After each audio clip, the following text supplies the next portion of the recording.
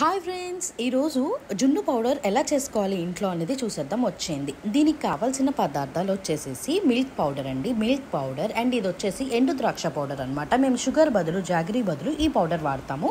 And ఇప్పుడు మనం ఎలాగ ఇన్స్టెంట్ పౌడర్ మిక్స్ చేసేసుకుందామో వచ్చేయండి. ఇది పాల పౌడర్, చిన్న కప్ పాల పౌడర్. ఏదైతే పాల పౌడర్ తీసుకుంటున్నాం అదే సేమ్ క్వాంటిటీ జెలటిన్ కూడా వేయాలి. దీనికి 1 కప్ ఆఫ్ జాగరీ పౌడర్ కాకుండా జాగరీ పౌడర్ వేసుకోవచ్చు, షుగర్ పౌడర్ వేసుకోవచ్చు, లేదు అంటే ఎండు ద్రాక్ష పౌడర్ అయినా వేసుకోవచ్చు స్వీట్నెస్ కోసం.